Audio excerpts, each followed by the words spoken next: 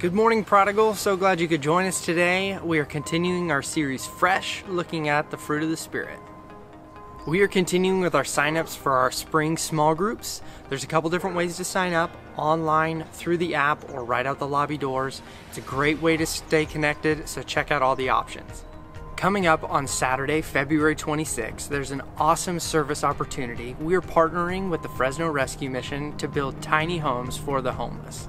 This is a great opportunity for us to put into practice some of the things that we've learned through our series the last couple weeks. If you'd like to sign up, feel free to reach out to us via email or talk to any of our staff members to get all the information.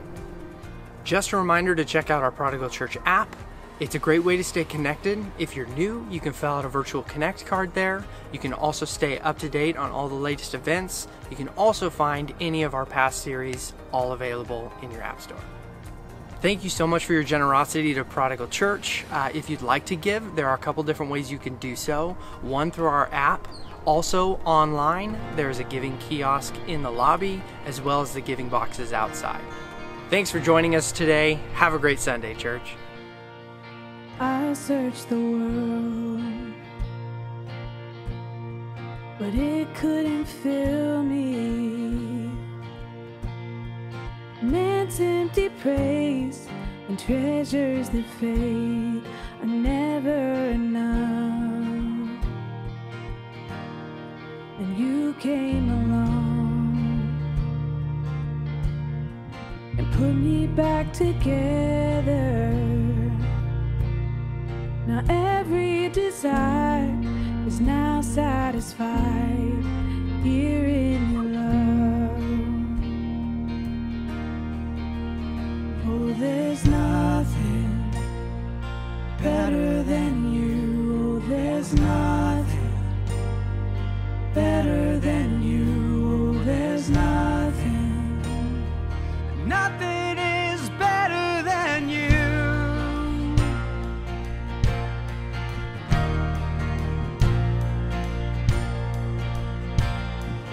I'm not afraid to show you my weakness, my failures and flaws. You've seen them all and you still call me friends. The God of the mountain is the God of the valley. Not a place your mercy and grace won't find me again. Oh, there's nothing better than you. Oh, there's nothing better than you. Lord, there's nothing. Nothing is better than you. Oh, there's nothing better than you. Oh, there's nothing better than you. Oh, there's nothing. Nothing is better than you.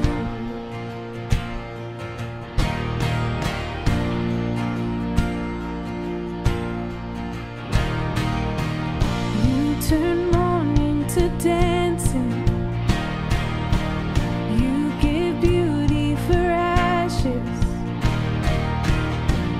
Turn shame into glory. You're the only one who cares. You turn mourning to dancing. You give beauty for ashes. You turn shame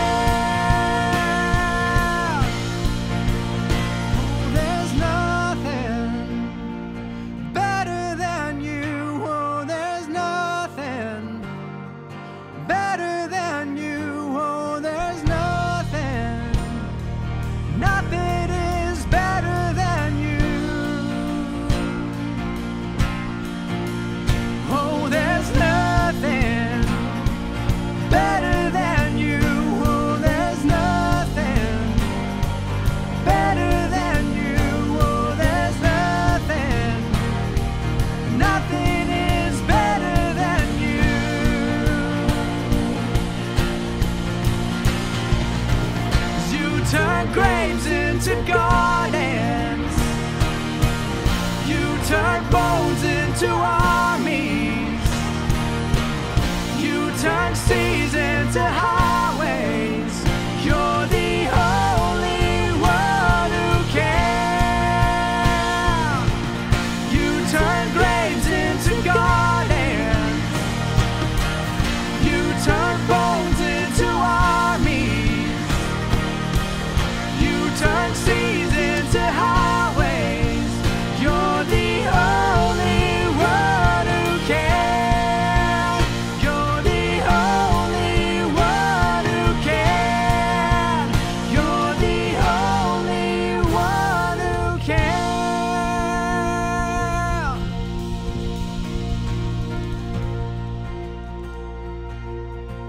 'Cause the God of the mountain is the God of the valley, and there's not a place your mercy and grace won't find me again. Are y'all ready? Make some noise for 2 cents.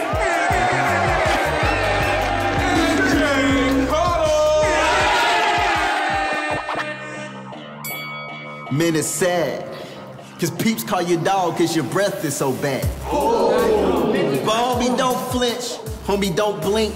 You smell that? Now you stink. Now don't get sad, don't be blue. The title of this rhyme is things that aren't true. Nice rap battle.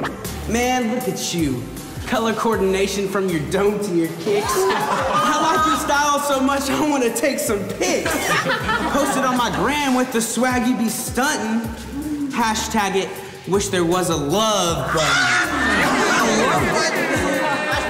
I don't rap to bring me fame, but you see me working on my rapping game. I learned to use ribbons and bows too, so that this gift looked nice when I gave it to you. I hope I didn't go too far, but as a thank you, I went ahead and washed your car. And I even got you new rims that really raised the bar. Nah, I know you're lying. I ain't got a car. You do now.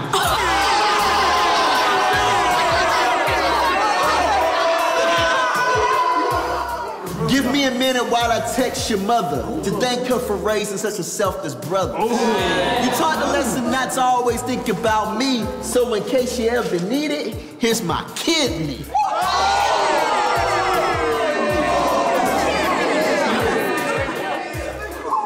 Remember that dog you lost when you were 8? It ran away because you left open the gate? Filled you with so much hate? You never knew his fate? Well, here he is. I had to track him down 6 other states. I think we have a winner, JK! Hold up. There's no better person I could lose to. I just got one more thing I need to say to you. I'm okay with losing, trust me, I ain't mad. I just wanted to reunite you with your long-lost dad.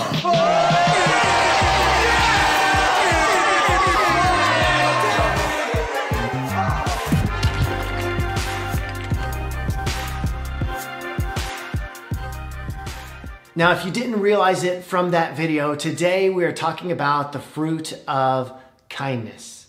And we are in part 2 of our sermon series called Fresh, which is all about the fruit of the Spirit found in Galatians chapter 5. I am currently holding in my hand 2 apples. One of them is real and the other is fake. Can you tell the difference?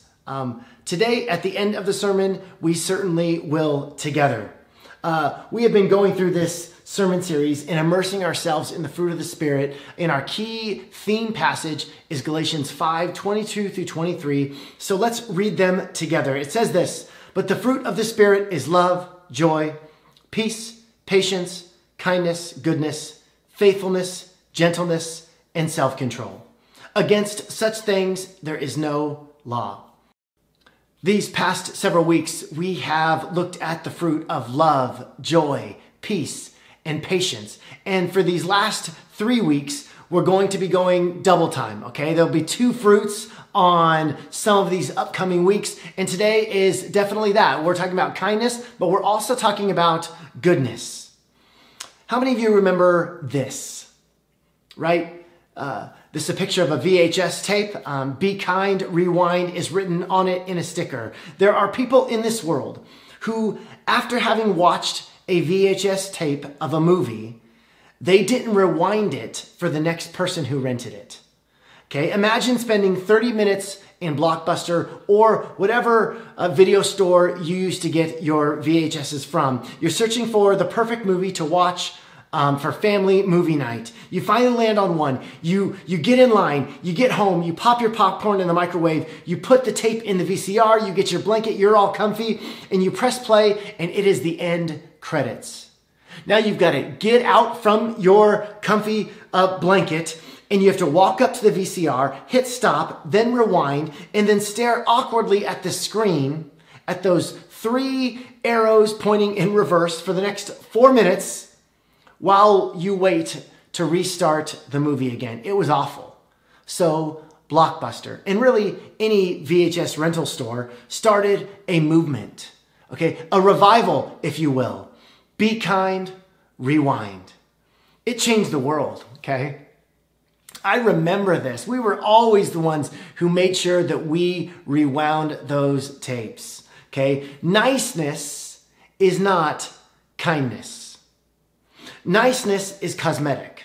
It can be fake. Sometimes we don't really mean it. How many of you have said, it was nice to see you, when it definitely wasn't nice to see them? Well, we do that, right? Why? Because it's better than telling them, I didn't enjoy running into you at all, okay? Bye-bye. No, that's niceness. It's easier to be nice, but that isn't the same thing as being kind. Kindness demands action. The Greek word is Christos. It means fit or fit for use, useful, virtuous, good. Are you kind? Are you fit for use? Are you virtuous? Are you doing good things for others? There's this beautiful story in the Old Testament about a man named Mephibosheth. And Mephibosheth was royal. Okay, he came from the royal family. His grandfather was King Saul, the first king in Israel's history. His dad was Jonathan, son of Saul, who also was best friends with David. Saul was the appointed king of Israel. David was the future anointed king of Israel. And in one fateful battle, Saul and his son Jonathan were killed. And there was going to be a new king. And in the ancient world, whenever a new king arose, the family of the previous king was deposed of. We can't have one of their children or grandchildren rise up and claim the throne.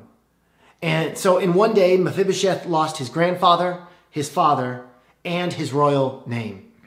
And it is right after the death of King Saul and his father Jonathan where we read about Mephibosheth in 2 Samuel chapter 4. It says this, Jonathan, son of Saul, had a son who was lame in both feet. He was 5 years old when the news about Saul and Jonathan came from Jezreel. His nurse picked him up and fled, but as she hurried to leave, he fell and became disabled. His name was Mephibosheth. When this 5-year-old boy heard that his grandpa and his dad died in battle, he was rushed to safety, and in the rush, he was dropped and he became disabled. There was no surgery in these days. A broken leg could kill someone. This 5-year-old boy, all in one day, lost his grandpa, lost his dad, lost his throne, lost his home, lost his ability to walk, his ability to live a public life, all in one day. And so David becomes king after Saul. And God was with David, and God blessed David.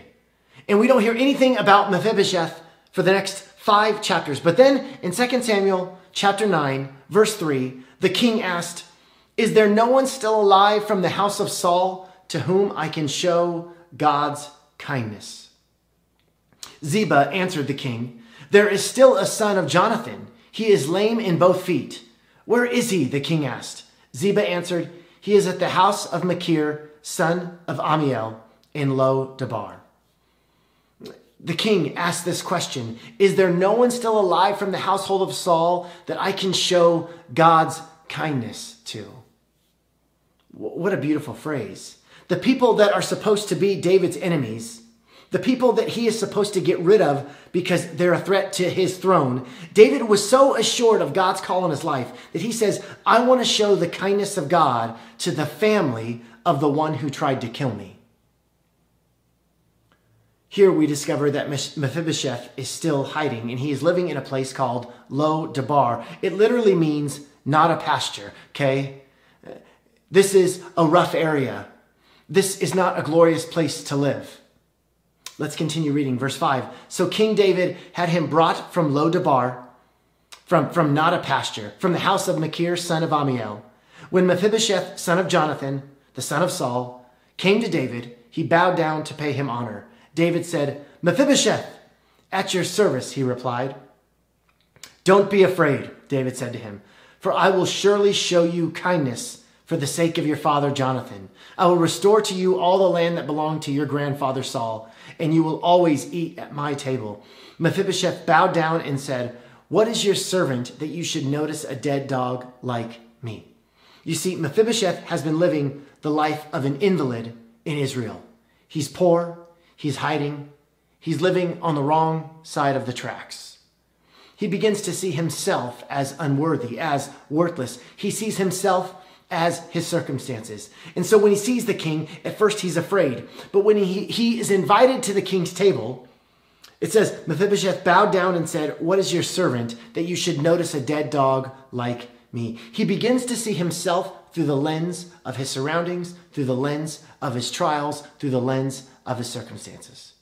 But who we are, who you are, who God made you to be, will always be bigger than your circumstances, will always be bigger than your shortcomings and failures. You are not defined by your circumstances or your lot in life.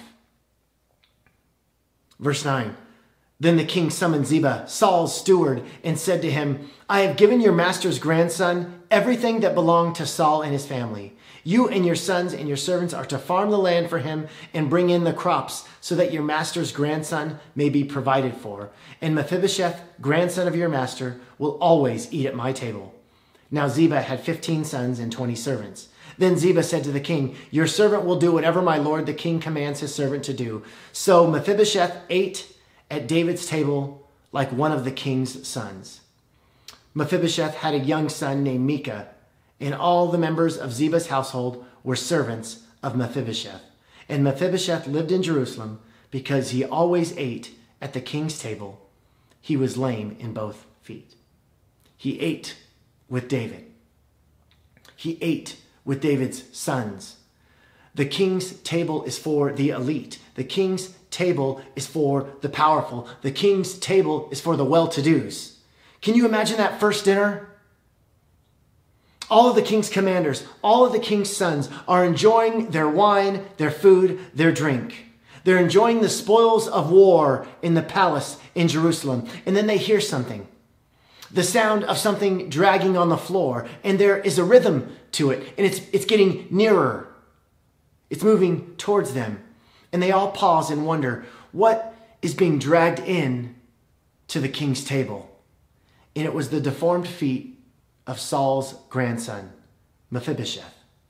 And at first they felt threatened, but David declares, we will show kindness to him, and he will eat at my table all the days of his life. To be kind is to be intentionally loving towards someone. It takes effort, and it takes intention. David showed the kindness of God to someone, and it changed his life, and it changed the way that he viewed his own life. You have that power as well.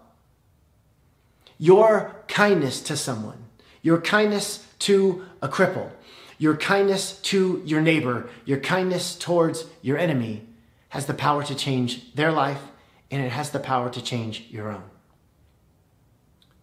Christos, to be useful, to be constructive, to be beneficial, kindness. To think as much of your neighbor as you do yourself. Jesus was never too busy to be kind. Jesus was never so burdened that he couldn't be interrupted. Are you? Now, there is a lot I'm going to say today, but I'll also be sharing a lot of what other people have had to say about kindness and goodness. And there are a lot of quotes in my sermon this morning, but there will be a quote that will speak to you. It will speak to your soul, or it'll convict you. It'll resonate with you at some point in this sermon. So just so you know, there will be a quote that the Spirit will use in your life today. Which one? I'm not sure, but God does. So here's three. Here's my first three quotes in my sermon. Henry James said, there are three things in human life that are important. The first is to be kind. The second is to be kind. And the third is to be kind. Mark Twain said, kindness is the language that the deaf can hear and the blind can see. Larry Anderson said, if Christians would learn to be kind, there's no stopping us. I agree. Now we're nearly done, and I have yet to speak of goodness, the second fruit. It is agathu sune. It means uprightness of heart and life, goodness, kindness. See, goodness and kindness are synonyms. Be good. Choose right. Go to church. That's what we're supposed to do. Many of us grew up with the phrase, don't dance, don't drink, don't chew, and don't go with girls who do.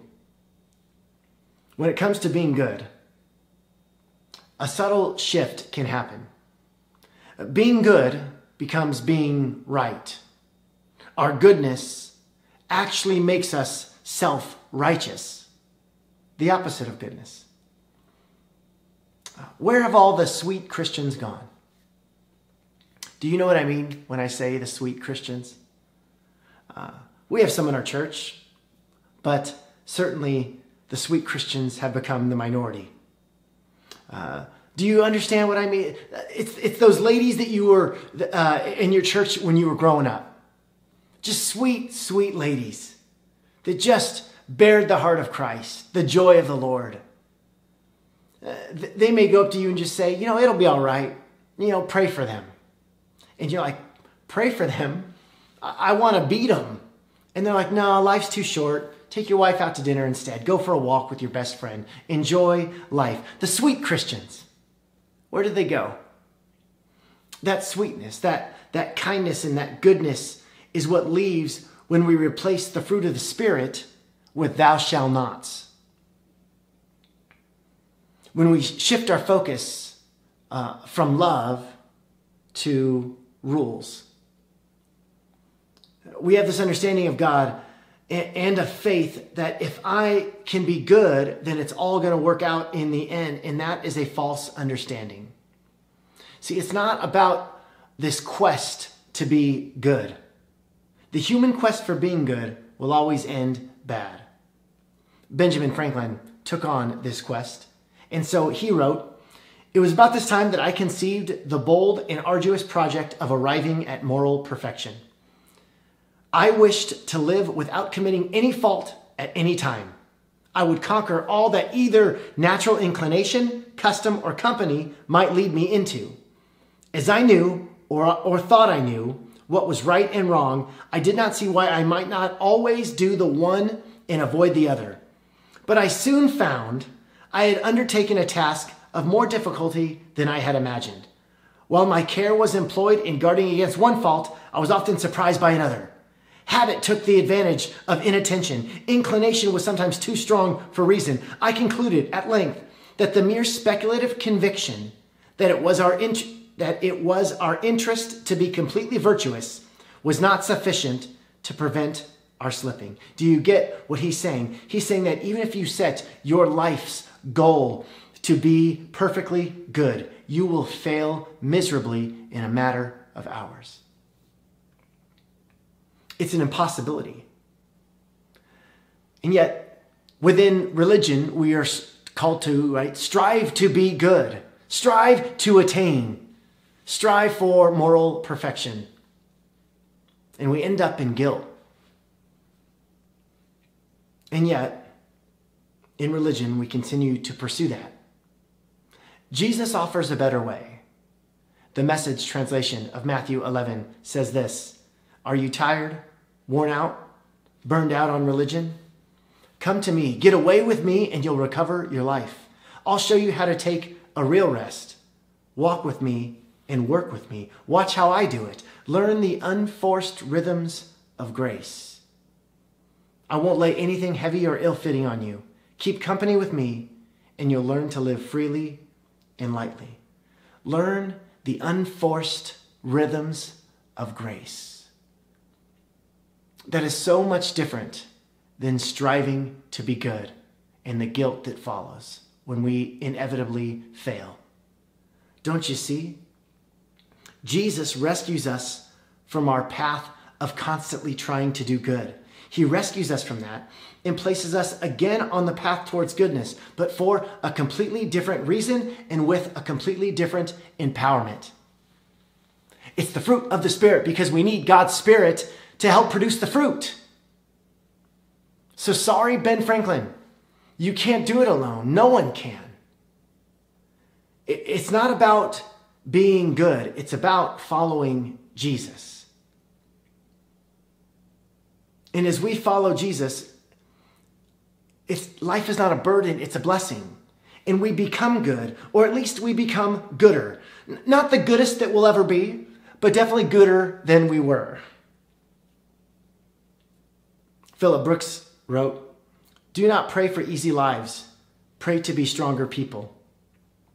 Do not pray for tasks equal to your powers. Pray for powers equal to your tasks. Then doing good in your world shall be no miracle, but you shall be a miracle. Every day you shall wonder at yourself, at the richness of life, which has come to you by the grace of God." This is the way to bear real fruit, not the imitation, not cosmetic fruit, but real fruit. Which is which? Are you bearing cosmetic fruit or the real thing? It is when we follow Jesus, when we follow God's Spirit, where fruit becomes real, not something of an imitation, not pretend. Where have all the sweet Christians gone? For some, the pursuit of being good and the pursuit of being right has taken the place of the pursuit of Jesus. But for the rest of us, where did we miss it? Where did we go wrong in our pursuit? For most of us, it wasn't the pursuit of being good or right, or the pursuit of right beliefs that drifted us away from the path of Jesus. No, it was a different pursuit for most of us that led us astray. It was the pursuit of success. Let me say this clearly. The quest for success is more responsible for our character than we'd like to admit. We've made success the goal, as if a succeeding life is the kind of life that we should emulate. And we put people on pedestals and try and emulate them because they appear successful. Success is not a bad thing. It's just not the goal. It doesn't lead to the happiness that you are seeking. It doesn't lead to the life that bears the kind of fruit, the fruit of love, joy, peace, patience, kindness, goodness, gentleness, faithfulness, and self-control. We've seen successful people, but they lack that fruit. They lack that contentedness, that wholeness. It's not about success. Elizabeth Dunn did a study in UC San Diego where one group was given $5 and the other was given $20. And then she said to them, you've got 17 minutes to spend it on yourself, on whatever you want. Whatever you want, whatever's going to give you the maximum amount of joy, spend it on that. And then there was another two groups. One was given $5 and the other was given $20. And they said, you have 17 minutes to spend it to help someone else. So after everyone was done spending their $5 and their $20, they came back and they interviewed everyone about how happy they were, what sense of joy they had. And of course, the folks who spent money on themselves, who bought themselves a Starbucks or whatever, they were quite happy with that. But the folks who gave their money away, who sought to be a blessing to others, reported significantly higher levels of happiness. than the folks who spent the money on themselves. It didn't matter if it was $5 or $20, they received the same bump in happiness. Happiness is tied to kindness and goodness. Winston Churchill once said, "We make a living by what we get, but we make a life by what we give." Is that the quote?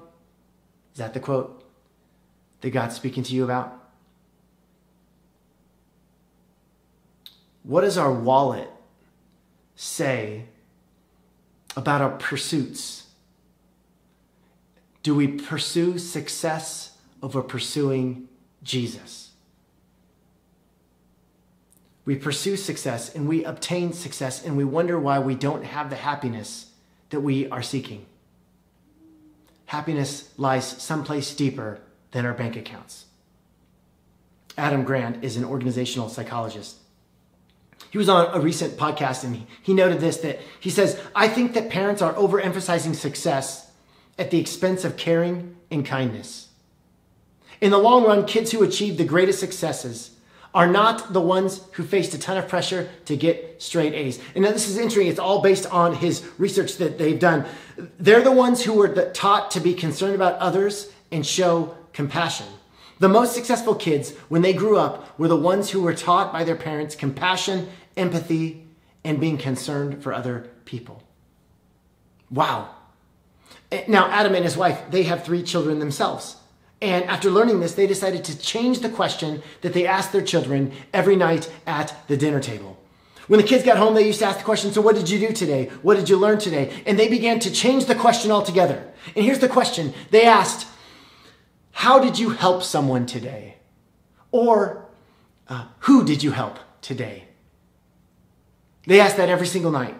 And when they started asking the question, the kids were like, I don't really remember, okay? They didn't know how to answer it. But they kept asking the question, and the kids then at school began to think of ways that they could help people. And then they began to think of ways of who they can help so that they could have an answer when they came home. And over time, this became the rhythm of their lives, perhaps an unforced rhythm of grace.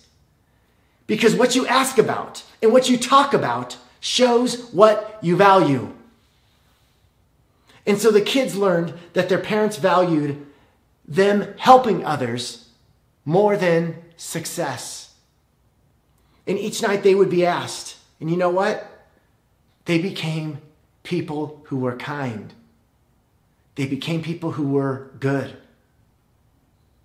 By virtue of being intentional, of asking the right questions. So back to the way we started the sermon. Which is real? Which is fake? This one actually looks more perfect. It's perfectly round. It's shiny. There's no discoloration. This one has discoloration, but it's nutritious. It is what it's meant to be on the inside. Don't trick yourself into thinking and convincing yourself that the real fruit is in being correct or being right or in being good or in pursuing success. That's not where the real fruit is. The real nutrition, the things that can actually nourish you and change this world and bring about more life in this world, might be a tad discolored, might be a tad dented, certainly a little bit bruised. But what's inside is what they're meant to be. The true fruit, the fruit of love and joy and peace and patience and kindness and goodness and gentleness, faithfulness and self-control, is found in following Jesus. It is in the pursuit of Jesus, not the pursuit of being good or the pursuit of success, that leads to the good life. Bear that kind of fruit, and it will certainly lead you to be good and to be kind. God, I pray in Jesus' name that goodness and kindness would be the mark of our homes, of our neighborhoods, of our workplaces, and of our relationships. May we show intentional love towards others, and may your Spirit bring about true goodness that flows out of our lives into the world that so desperately needs you. We love you. In Jesus' name, amen. We want to thank you so much for joining us online at Prodigal Church Fresno. Next week, we continue our part 2 of our fresh sermon series on the fruit of the Spirit, and we can't wait. We hope you have an amazing week. Peace in the Middle East.